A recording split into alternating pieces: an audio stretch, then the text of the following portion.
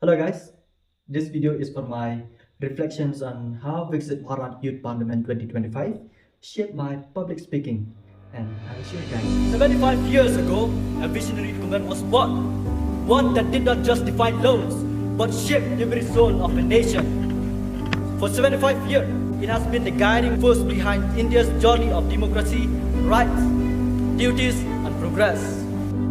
As we strive for Viksit Bharat, a developed India by 2047, remember, the Constitution is not just an ink on paper. It is a promise we must renew every day. My friends, the strength of a nation is not measured by the words in its constitution, but by how its people bring these words to life. The future of India lies not in books, in policy, or in speech.